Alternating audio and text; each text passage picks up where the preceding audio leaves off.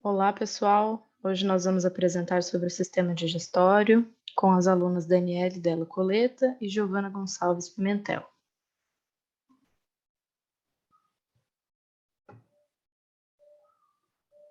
O sistema digestório é constituído do trato gastrointestinal e pelos órgãos acessórios. O trato gastrointestinal é composto pela boca, faringe, esôfago, estômago, intestino delgado e intestino grosso. Os órgãos acessórios são compostos pelos dentes, língua, glândulas salivares, fígado, vesícula biliar e pâncreas. Aqui está a anatomia do sistema digestório. Aqui onde está situado as glândulas salivares, a boca, o esôfago, o estômago, pâncreas, fígado, a vesícula biliar, o intestino delgado, o intestino grosso, o apêndice, o reto e o ânus. Então, vou falar um pouquinho dos processos do sistema digestório. Tudo começa na cavidade bucal, onde se inicia a mastigação.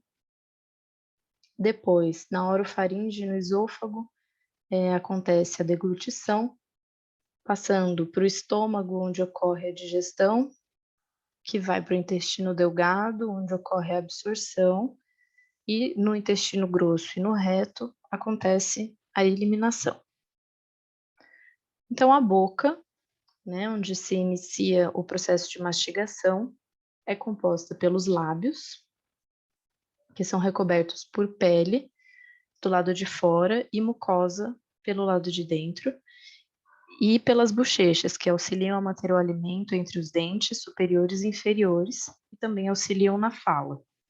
O palato duro é composto por maxilas e ossos palatinos, que é a maior parte do céu da boca. Logo abaixo nós temos o palato mole, que compõe o restante do céu da boca, é muscular e contém a úvula palatina, que durante a deglutição movem-se para cima e impedem que os alimentos e líquidos entrem na cavidade nasal. Temos a língua, que é um órgão digestório acessório. A língua forma o assoalho da boca, ela movimenta o alimento durante a mastigação e molda o alimento, auxiliando na deglutição. E temos também as glândulas salivares. As glândulas salivares, que são compostas aqui pelas glândulas parótida, as glândulas submandibulares e as glândulas sublinguais. Nas glândulas contém a amilase salivar, que é onde se inicia a digestão dos carboidratos, e as lisozimas, que destroem bactérias e protegem os dentes e a túnica mucosa. Como funciona o processo de digestão? Os dentes cortam e trituram o alimento, participando da mastigação. A movimentação da língua mistura o alimento à saliva, que forma o bolo e que é facilmente deglutido. A amilase salivar inicia a degradação do amido e do glicogênio, rompendo as ligações químicas entre as subunidades da glicose. No esôfago, que é onde se inicia a parte laríngea da faringe e conecta a parte superior do estômago, vai ocorrer a passagem do bolo até o estômago. E o esôfago, ele é revestido por epitélio estratificado. Então, aqui temos uma imagem da deglutição, que é a passagem aqui do bolo, que passa pelo esôfago e chega até o estômago. Agora nós vamos falar um pouco sobre o peritônio, que consiste numa camada fina e serosa, responsável por revestir a parede da cavidade abdominal. E as camadas do trato gastrointestinal são 4. A túnica mucosa, que é a membrana mais interna, composta de tecido epitelial de revestimento. Lâmina própria, que é composta por tecido conjuntivo frouxo, glândulas mucosas e delgada camada muscular, o músculo liso. E também contém nódulos linfáticos, que é proteção contra os patógenos. Temos a túnica submucosa, que é composta por tecido conjuntivo, vasos sanguíneos e tecido linfóide. Também temos a túnica muscular, que é composta de músculo liso, e a túnica serosa, que é a camada mais externa, composta por tecido conjuntivo frouxo a denso. Então, aqui nós temos uma imagem do topo digestório, onde a gente consegue ver a localização das túnicas. Então, aqui nós temos a túnica mucosa, que é aqui composta pelo epitélio, lâmina própria, o músculo liso, a túnica submucosa, a túnica submuscular e a túnica serosa. Aqui no estômago agora, onde ocorre a mistura dos alimentos. No estômago nós temos a presença de suco gástrico, que mantém o pH ácido. Temos a presença de muco, que é a proteção da mucosa do estômago. Temos o pepsinogênio, que contém a enzima pepsina, que faz a digestão de proteínas. E o estômago é um armazenamento temporário do bolo que é formado. Então, o estômago é um órgão dilatado do sistema digestório e está localizado logo abaixo do diafragma. Nesse órgão, o bolo alimentar sofre a ação do suco digestivo, chamado suco gástrico, que é a ele misturado graças à atividade muscular do órgão. E nesse momento, o bolo alimentar passa a ser chamado de quimo. O suco gástrico apresenta entre seus componentes a pepsina, que atua na digestão das proteínas, e o ácido clorídrico, que promove a ativação da pepsina. Geralmente, o ácido clorídrico e a pepsina não causam irritação na parede do estômago, porque esta apresenta um muco que a reveste. Além disso, há a renovação constante das células que revestem o interior do estômago. Aqui temos uma imagem, né, do estômago, onde a gente consegue ver as túnicas também.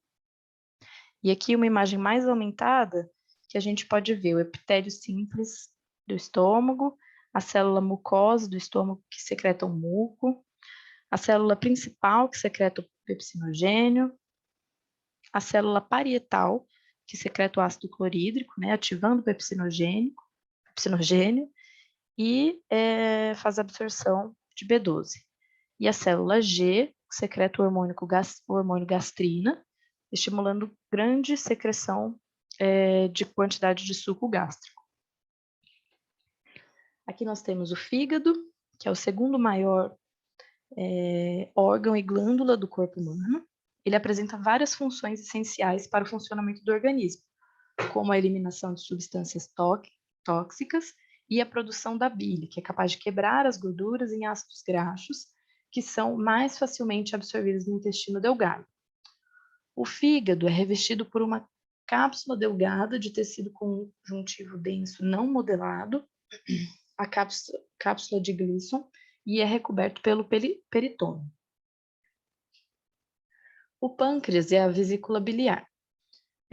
O pâncreas é tanto um órgão acessório exócrino do aparelho digestivo, como uma glândula endócrina, secretora de hormônios. As principais são a amilase e a lipase, e essas enzimas são secretadas pelos ductos pancreáticos e caem no duodeno, a parte inicial do intestino delgado. Aqui a gente colocou uma imagem, né, que dá para ver bem o pâncreas, a vesícula biliar aqui. E a vesícula biliar, ela é um órgão em forma de saco, parecido com uma pera, e é localizada abaixo do lobo direito do fígado. A sua função é armazenar a bile, que é um líquido produzido pelo fígado, que acabamos de falar, que atua na digestão de gorduras no intestino. Entrando agora no intestino delgado, é um compartimento longo que pode apresentar mais de 6 metros de comprimento. E é nele que acontece parte do processo de digestão. Ele é dividido em 3 porções, né? O duodeno, o jejuno e o íleo.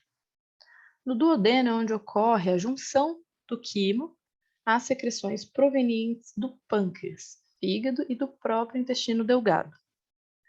Então, essas secreções são o suco pancreático, né, que o pâncreas é uma glândula anexa responsável pela produção da solução alcalina, rica em bicarbonato e também em enzimas como tripsina e a quimiotripsina, que elas atuam nas proteínas. As nucleases pancreáticas, que atuam nos ácidos nucleicos, e a lipase pancreática, que atua nos lipídios. Temos também a bile, que é uma secreção produzida pelo fígado, e diferentemente das outras secreções que são liberadas no sistema digestório, ela se caracteriza por não apresentar enzimas. Essa secreção apresentam sais que atuam como emulsificantes, ou seja, detergentes.